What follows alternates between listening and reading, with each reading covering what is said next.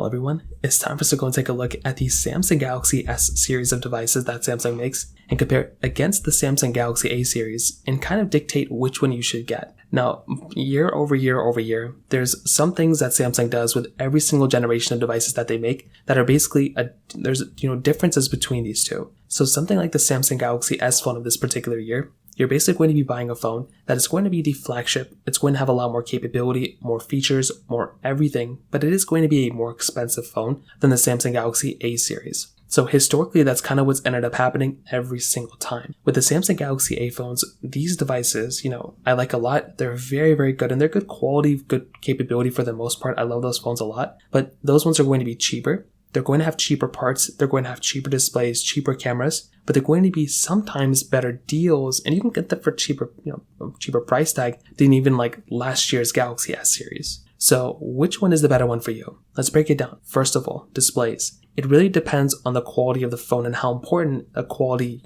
factor of a phone is to you. If you don't mind having a phone that's maybe a little bit cheaper or has a little bit of a worse display for a cheaper price tag, I think these things are actually fairly decent priced. You have to remember, with something like the Samsung Galaxy A, even if you take like a Galaxy A55 and compare it against a Galaxy S24 of this year, you're not really going to be getting that great of an experience, I would say, on the Galaxy A55 compared to the S24, but it's really like not the biggest difference of all time. Like I still think something like the Samsung Galaxy S24, although it's better than the A55, it's not like an insane crazy difference, and you're still going to be getting a lot of overlap when it comes down to these two devices for sure. Another big thing to keep in mind here too is that with something like the Samsung Galaxy S series of this particular year, you're going to be getting better cameras. This is also another very big thing to keep in mind here too, because the last thing you want to do is to go ahead and buy a phone and have a camera that's significantly worse than the Samsung Galaxy A phone of this year. But that's kind of what's going to end up happening. You're going to end up buying a phone like on a Samsung Galaxy A device that really, the camera is going to be good,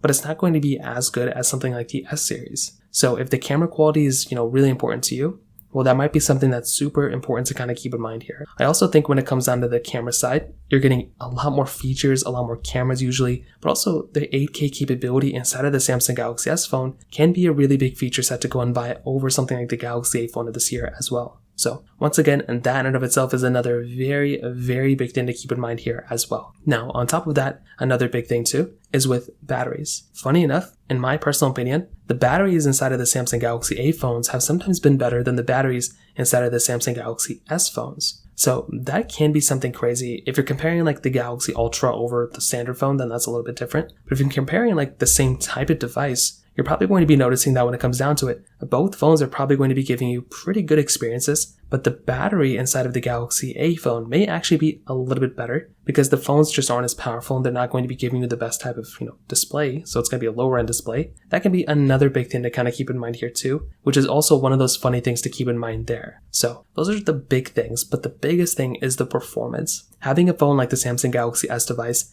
that's going to be giving you the overall better performance is a very important and very cool thing to have. If I'm going to go through and purchase a device, I love having that type of capability. I love being able to buy phones and have a phone like that that's going to be giving me that type of performance and those types of performance levels, because those are very good devices and it's something I like a lot. You're always going to be pretty much getting more RAM, more powerful chipsets, and more everything across the board. And that is actually something I like a lot inside of my Samsung Galaxy, phones like that over my other devices. So when it comes down to the S series, these are the best ones, and it makes no sense to, buy an A over an S. But if you want a better deal or something, they go for the A. But I still think even last year's flagship is better than this year's mid-tier phone, and that probably makes more sense to go and buy that type of device over something like the Galaxy, A phone in my particular opinion this year. So that kind of covers it up there. If you have any other thoughts or questions, please let me know in the comment section below. Hit the like button, that would mean so much, but definitely hit that subscribe button. More importantly than everything else, I love every single one of you guys. Hopefully I'll catch you guys in the next video. Peace out till then.